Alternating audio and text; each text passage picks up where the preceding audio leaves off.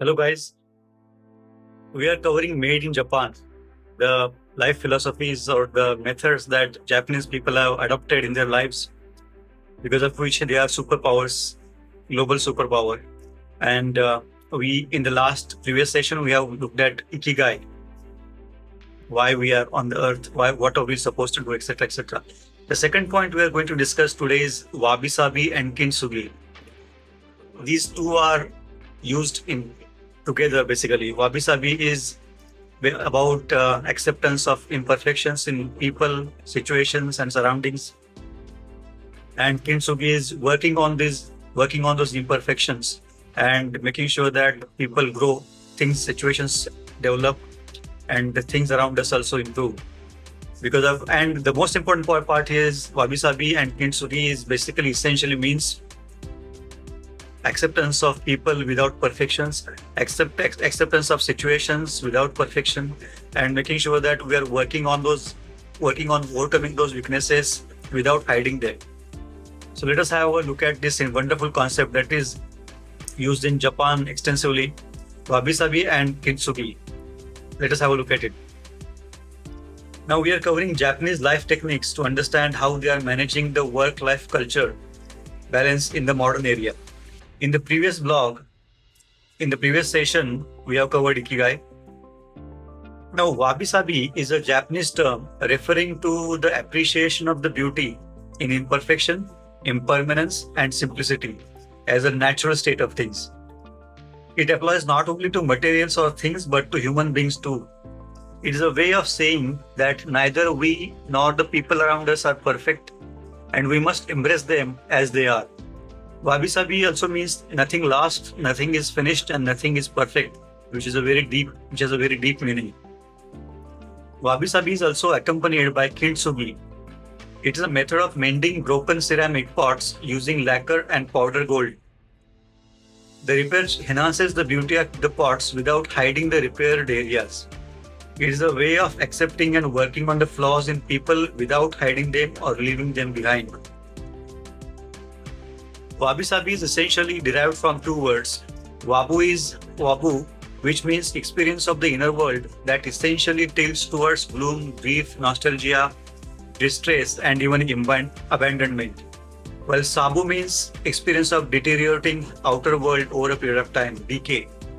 The idea is our lives are full of ups and downs, and there are times when we feel disappointed, distressed, and discontent, or even abandoned by people from whom we expect so much.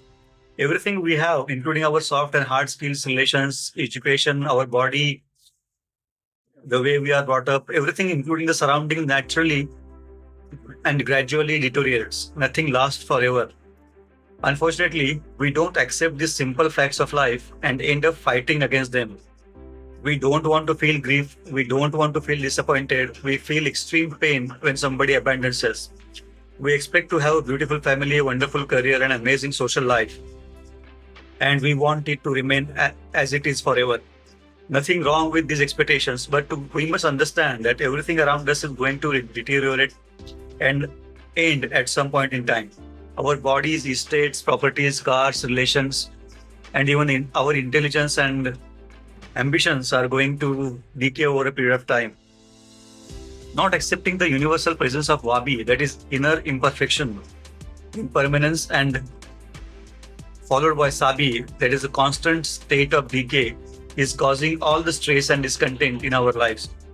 We are constantly making this futile effort towards avoiding the inevitable state of nature, that is imperfection and constant change. It is making us go around in circles of feeling depression and constant fear of losing our prized possessions, properties or relations or fame or glory or money. Wabi Sabi is accepting the imperfect and making peace with it. It is about accepting the transient nature of everything we have and living with it. It makes our life calm, serene, and enjoyable while it lasts. Accepting imperfection does not necessarily mean we can't try and fix some of the aspects ourselves, or the people around us, or even things around us that are broken and need repair. This brings us to next point that is closely associated with Wabi Sabi, that is Kintsugi. Kintsugi. It literally means joining or repairing with gold. It is about embracing and accepting the imperfection of faults in things or people while working on them.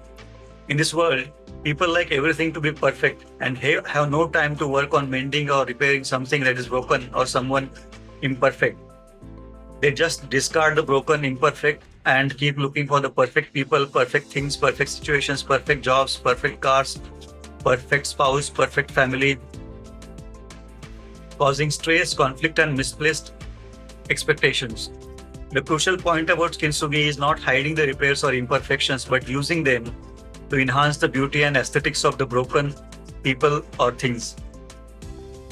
Wabi Sabi and Kintsugi is the attitude towards handling the imperfect and broken nature of people, situations, or things around us.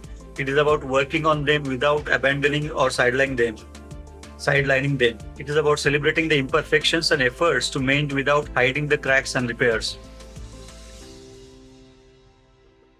Using Wabi Sabi and Kintsugi in real life is very important. The easiest way to use Wabi Sabi and Kintsugi in real life is to follow the following three steps in our day-to-day behavior patterns. No judgments, first of all, avoiding judging people or things based on their appearance. The second point is connection, feeling the connection with people and things around us. It makes us part of each other's lives. We cannot detach ourselves from them so easily that prevents us from becoming numb and insensitive towards each other. The third point is appreciation. This is a crucial aspect to keep ourselves content and balanced. Appreciating the things and people we have in the form they are and slowly working with them to remove some of the broken areas can be a beautiful way to lead a mutually beneficial and happy, fulfilling life. Let me share a very different take on similar philosophy of life that was taught approximately 6,500 kilometers from Japan, where Wabi Sabi and Kintsugi originated. Sant Tukaram was a 17th century Maharashtrian saint who lived during 1600 to 1649 near Dehu, Pune, Maharashtra.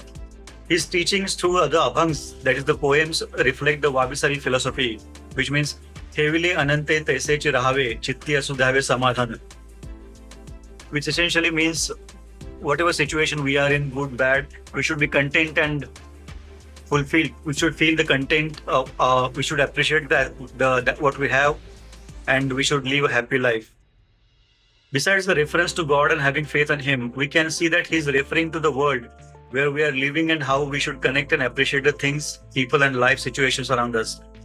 He is referring to living without judging others and living a happy, content life while working on the areas where we can improve ourselves and our surroundings.